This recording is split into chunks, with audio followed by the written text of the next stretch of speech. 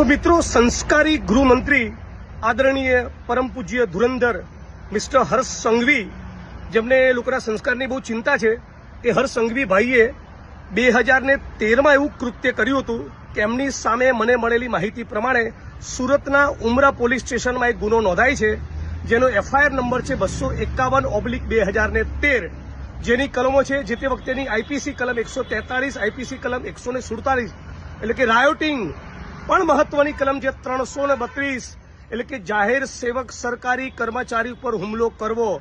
જી હા, ગુજરાતના નાયબ મુખ્યમંત્રી હોમ મિનિસ્ટર હર્ષ સંઘવી ઉપર 2013માં સુરતના ઉમરા પોલીસ સ્ટેશનમાં એફઆઈઆર નંબર 251/2013 દરમિયાન આ કલમ 332 હેઠળ એક સરકારી કર્મચારી પર હુમલો કરવાનો ગુનો નોંધાયેલો. મારી શુદ્ધ જાણકારી મુજબ સબ્જેક્ટ ટુ કરેક્શન, ભૂલ થતી હશે, હું જાહેરમાં સોરી કહીશ, પણ મારી શુદ્ધ જાણકારી પ્રમાણે જે જાહેર સેવક ઉપર હુમલાનો એમની ઉપર આરોપ હતો અને ગુનો દાખલ થયેલો, એ પોતે પોલીસ સબ ઇન્સ્પેક્ટર હતા.